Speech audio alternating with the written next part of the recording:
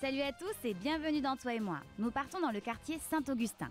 Amélie et son mari cherchaient une maison dans Bordeaux après la naissance de leur premier enfant. Ils visitent cette échoppe, l'emplacement est idéal, mais la maison nécessite des travaux importants.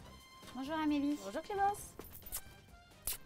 Bon, nous voilà chez toi. Voilà. Alors, ça fait combien de temps que tu habites ici? Alors en 2010, on a fait l'acquisition de cette maison en 2010.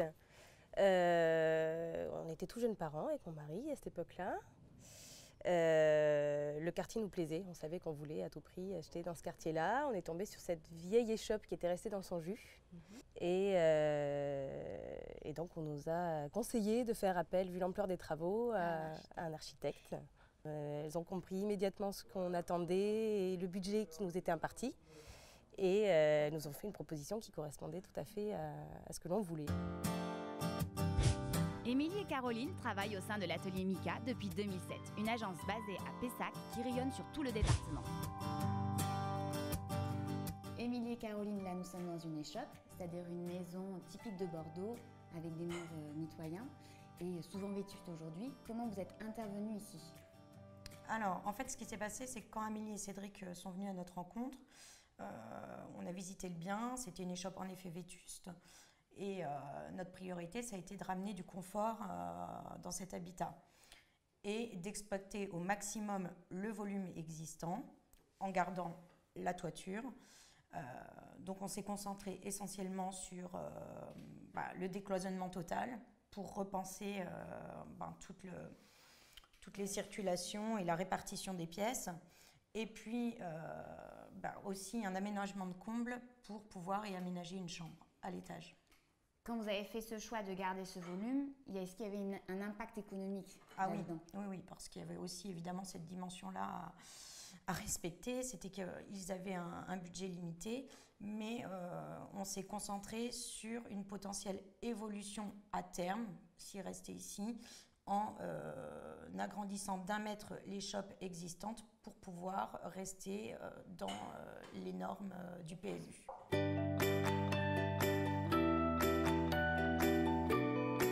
Donc Émilie, là on est dans une des chambres qui a été créée à l'étage lors de la première phase. Exactement. Donc cette chambre, elle a été créée en exploitant donc le volume sous comble créé avec la mise en œuvre de ce nouveau plancher. Et ensuite, le volume a vraiment été optimisé en se servant du caisson qui est existant pour pouvoir ouvrir la porte du rez-de-chaussée et créer une estrade qui sert de lit, de rangement dans cette chambre et qui permet d'optimiser la place au sol dans cette pièce.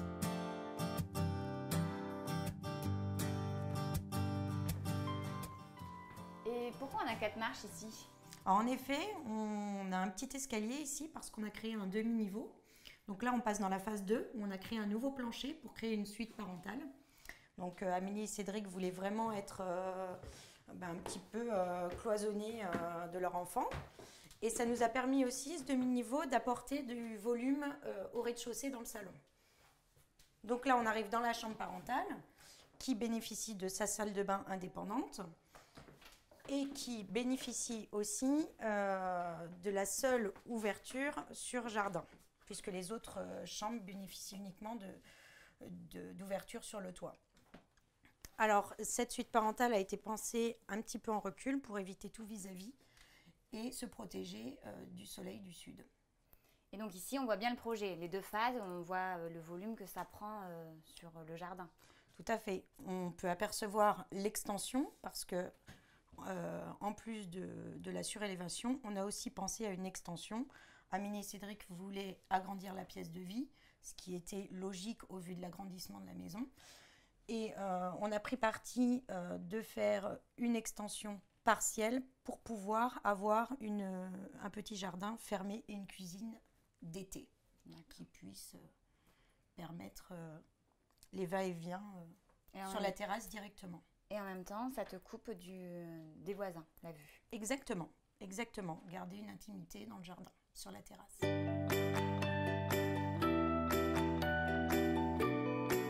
Amélie, on est quand même loin aujourd'hui de la maison que tu as achetée à l'époque. Tout à fait. On part d'une échoppe où il y avait tout à faire, clairement. qui nous a permis de rencontrer 2 architectes, Caroline et Émilie, qui ont su, dès ce moment-là, comprendre quels étaient nos besoins, nos attentes et surtout le budget qui nous était imparti à ce moment-là.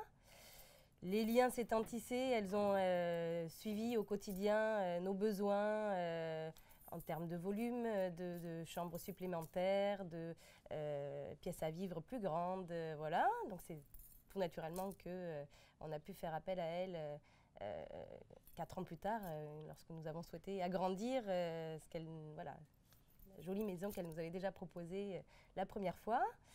Et puis aujourd'hui, encore une fois, voilà, profiter d'un jardin au quotidien, voilà, sur leurs idées, puisqu'elles elles nous connaissent bien et elles savent ce dont on a besoin.